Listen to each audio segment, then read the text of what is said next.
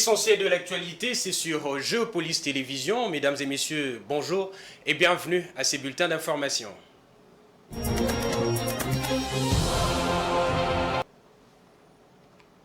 Le Premier ministre Jean-Michel Samaloukonde a présidé ce jeudi dans son cabinet de travail une réunion de sécurité entre la MONUSCO et le gouvernement pour réévaluer le plan de transition conjoint sur le retrait et étudier le mécanisme de la réconfiguration de cette mission des Nations Unies en République démocratique du Congo. Il en ressort que les deux parties se sont accordées pour que leur communication soit désormais harmonisée. Suivez cet élément.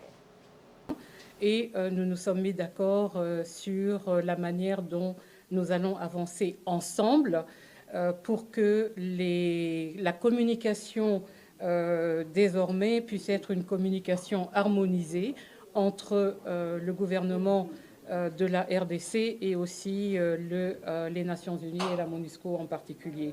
Et il y avait un deuxième élément que nous avons discuté au-delà de la réévaluation du plan de transition, c'est la demande du Conseil de sécurité des Nations Unies qui, dans son paragraphe 44 de la résolution 2666, a demandé qu'on regarde, au-delà de l'exercice de réévaluation du plan de transition conjoint, quelle va être la reconfiguration de la mission qui s'appelle le MONUSCO. Aujourd'hui, il était question de voir comment calibrer, notamment des questions qui concernent la communication, des questions qui concernent les engagements de militaires, parce que vous savez qu'il y a la MONUSCO a le mandat de protéger les civils qui rencontrent le mandat des forces armées de la République démocratique du Congo.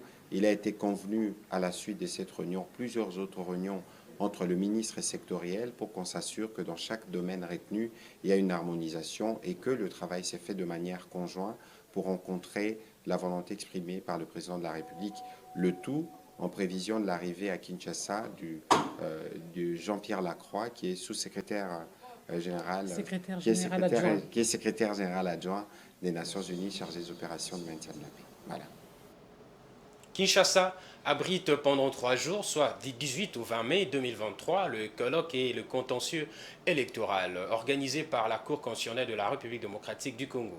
Les participants vont discuter sur l'état des droits et la démocratie. Ces assises ont connu la présence de plusieurs autorités du pays, notamment le Premier ministre Jean-Michel Samaloukonde, qui a représenté le chef de l'État, Fiston Leko Patience Lokeke.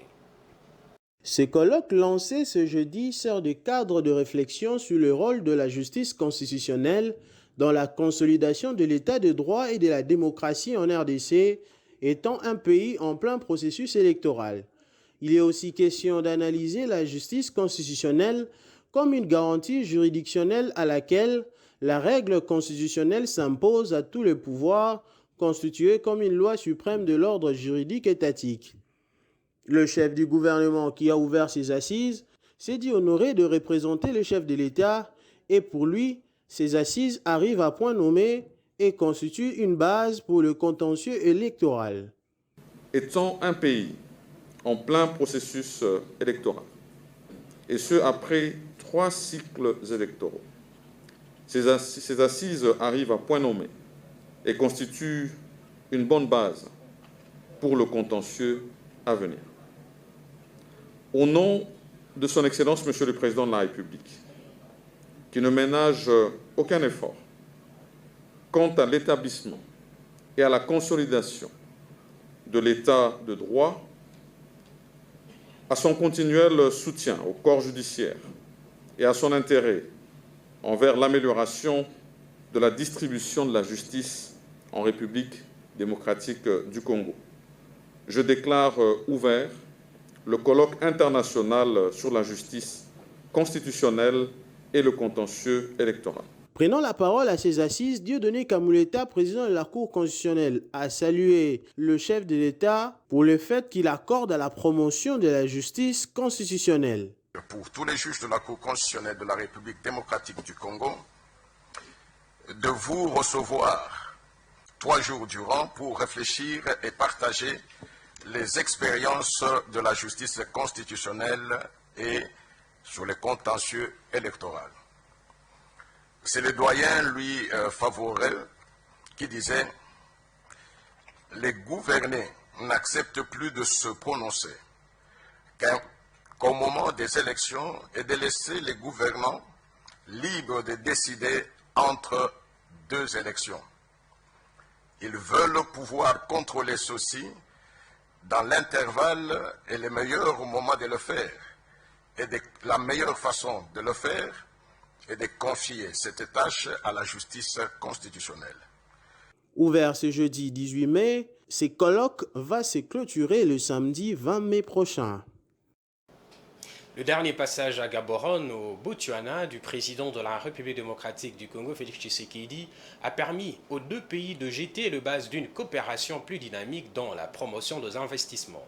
Dans cette volonté de renforcer le lien économique, tout sera fait avec l'accompagnement de l'Agence nationale pour la promotion des investissements ANAPI, dont le directeur général Anthony Kinzo Kamole était de la délégation qui a accompagné le président de la République. Les Botswana et la RDC se sont donc engagés à renforcer leurs liens économiques. Des détails dans cet élément.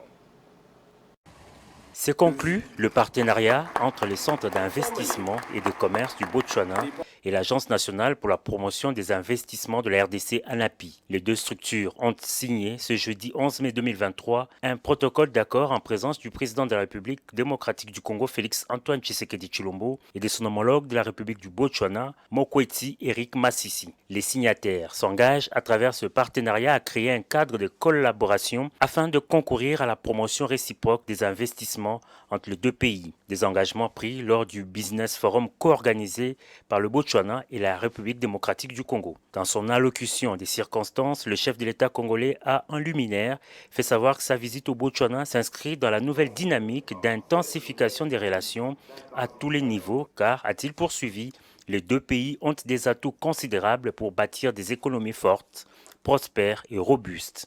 Conscient qu'un climat des affaires favorable est essentiel pour stimuler la croissance économique, encourager les investissements, créer des emplois et améliorer les niveaux de vie des populations, Félix Tshisekedi dit avoir décidé de créer des conditions optimales pour le développement de son pays et invite ainsi les opérateurs économiques botswanais à venir massivement investir en RDC et à nouer des partenariats mutuellement avantageux. Appel quasi similaire lancé par le président botswanais Mokgweetsi Eric qui a soutenu que la RDC est une destination d'investissement idéale. Il a de ce fait évoqué une coopération dans les secteurs de mines et du transport entre les deux États. L'ANAPI, bras séculier du gouvernement de la RDC par la voix de son directeur général, entend par ces protocoles d'accord encourager la protection et la promotion des investissements des deux parties et encourager les missions économiques entre les deux pays. Il a été prévu que nous puissions encourager les missions économiques entre le Botswana et la RDC. Il a aussi été prévu que nous puissions promouvoir les opportunités et potentialités entre la RDC et le Botswana. Il a aussi été prévu qu'on puisse faire la mise en relation d'affaires entre les hommes d'affaires botswanais et les hommes d'affaires de la RDC. Il a aussi été prévu que l'on encourage la diaspora, autant congolaise, de pouvoir s'intégrer et de pouvoir aussi avoir les différentes possibilités de pouvoir réinvestir au niveau de la RDC. Il faut préciser que l'inauguration de l'ambassade de la RDC à Gaborone ce vendredi par le président de la République Félix Antoine Tshisekedi Tshilombo et celle de Botswana et Kinshasa dans le prochain mois prouve à suffisance le réchauffement de relations de coopération entre les deux pays. 3 milliards de dollars américains, c'est le prêt que le Fonds monétaire international vient de valider pour accorder au Ghana. Ces prêts s'étendent sur 3 ans pour ces pays d'Afrique de l'Ouest. Dans l'immédiat, Accra recevra une première tranche de 600 millions de dollars américains. Suivez cet élément de nos confrères d'Africa News. Feu vert du Fonds monétaire international pour le Ghana. Le conseil d'administration de l'institution de Bretton Woods a approuvé mercredi un programme de prêt de 3 milliards de dollars sur 3 ans pour ce pays d'Afrique de l'Ouest. Dans l'immédiat, Accra recevra 600 millions de dollars. C'est l'aboutissement des négociations entamées en décembre de l'année dernière. Ce geste pourrait aider à mobiliser des financements extérieurs supplémentaires, mais pour garantir son succès au titre de la facilité élargie de crédit, l'institution appelle le Ghana à conclure des accords de restructuration de sa dette avec ses créanciers extérieurs. But de la manœuvre, rendre l'ardoise soutenable. Ces créanciers, dont la France et la Chine en tête, avaient exprimé leur volonté d'ouvrir les négociations irrélatives. Le Ghana est au creux de la vague avec une inflation dépassant les 40%. En décembre, le pays avait jeté l'éponge en déclarant un défaut de paiement. Voilà, c'en est fini pour ces bulletins d'information. Mesdames et messieurs, merci pour votre aimable attention. Restez branchés sur le programme de Géopolis Télévision. Vous suivrez la grande édition à 19h30 qui vous sera présentée par Damani Mujinga.